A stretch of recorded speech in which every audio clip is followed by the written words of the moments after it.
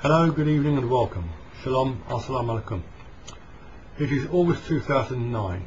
My name is Alexander Barron and this is my second internet sermon. I am an independent researcher based in London, England, though the subject of this dissertation is not related to my researches in the ordinary sense of the word, but to two alleged miscarriages of justice. One of these cases involves a black dude who was convicted of offing a pig. The other of a white man who was convicted of one of the most heinous crimes in modern British criminal history, the Children murders. The evidence against the black dude is absolutely overwhelming. The evidence against the honky is close to non-existent. But you dumb sons of bitches and crazy hoes have been campaigning on behalf of the black dude for over 2 decades, while the only people looking out for the honky is his lawyers, his sister, and a couple of mofos running websites. Okay, no more jive talk and certainly no ebonics. As well as an independent researcher, I have experienced at first hand what might be called euphemistically the dark side of British justice, and I have supplemented this painful experience with both academic and practical research first hand. My researches lead me to believe that American justice is often no better, and indeed you don't have to conduct detailed and painstaking research as I have done to be aware of this.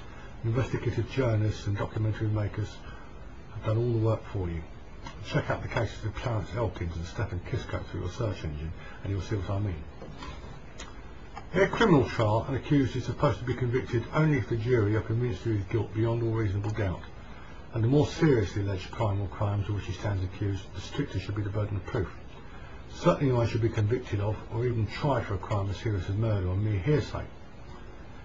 The reality, though, is that many people, not only in Britain and the United States, but throughout the world, are convicted of serious crimes every day on the most tenuous of evidence. In July 1982, Mumia Abu-Jamal was convicted of the murder of Philadelphia police officer Daniel Faulkner. All over this website, all over the internet, you will find individuals and groups protesting his innocence. Anyone dropping in from the planet Mars would think at first glance that this was a terrible miscarriage of justice. But at the very least, there was some uncertainty about who stood over Daniel Faulkner in the small hours of a December morning and blew his brains out.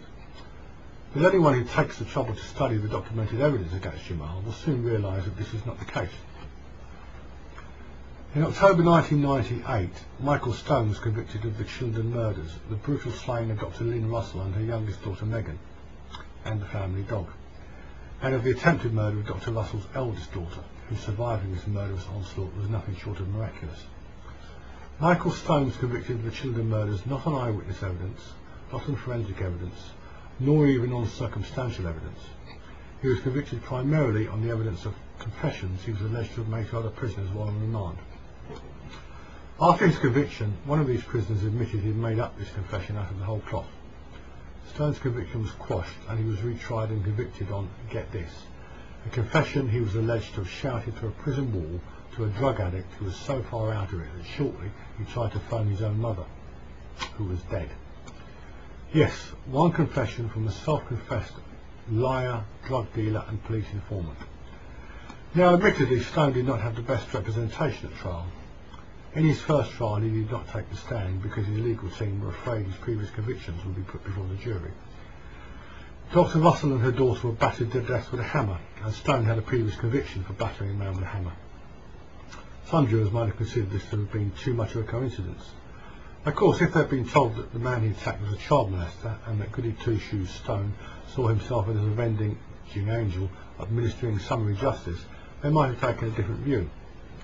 There was, of course, no way of keeping Stone's antecedents from the jury at the retrial, so he should have taken a stand. He didn't. But apart from denying any sort of confession, there was not a lot he could have told the jury anyway. The same thing can't be said for Mumia Abu-Jamal. He had no previous convictions of any kind.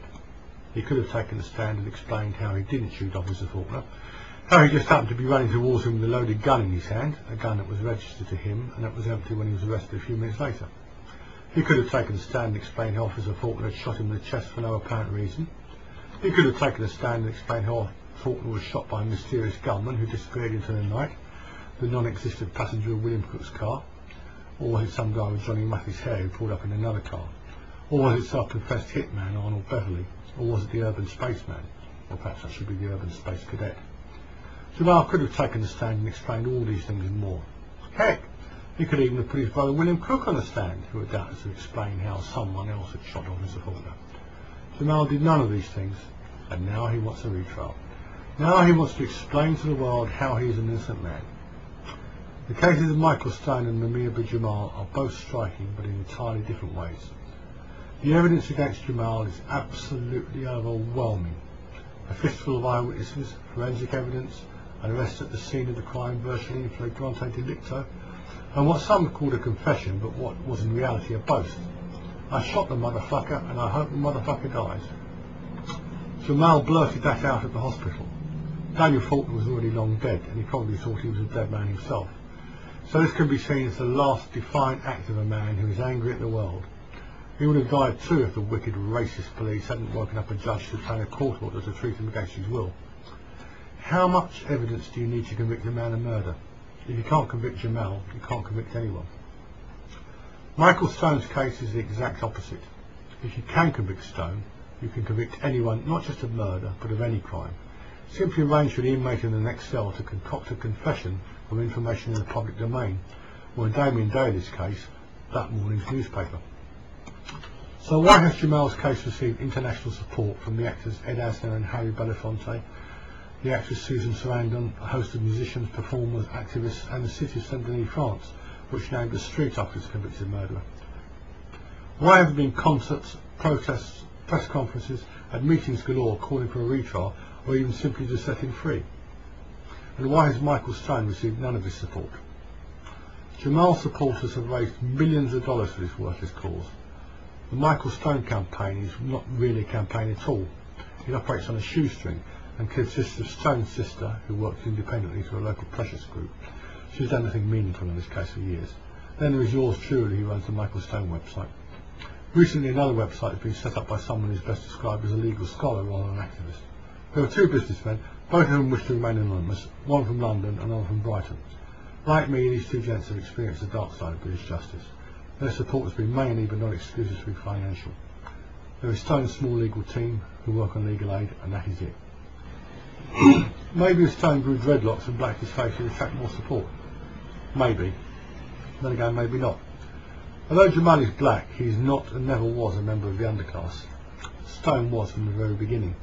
He had an unhappy home life, spent time living in children's and care homes, became a juvenile delinquent, a drug addict, and if he hadn't been convicted of the children murders, he would surely have served a life sentence on the instalment plan. Michael Stone does not have Jamal's cuddly, dreadlocked teddy bear image. He was never a radio journalist, award-winning or otherwise. He's not the sort of man most people would invite into their homes, or even give the time of day to. And he's certainly not a self-styled revolutionary who would give fireside chats from his cell. Even this sort of nonsense was tolerated in Britain. But look at the evidence against Jamal and the non-evidence against Stone.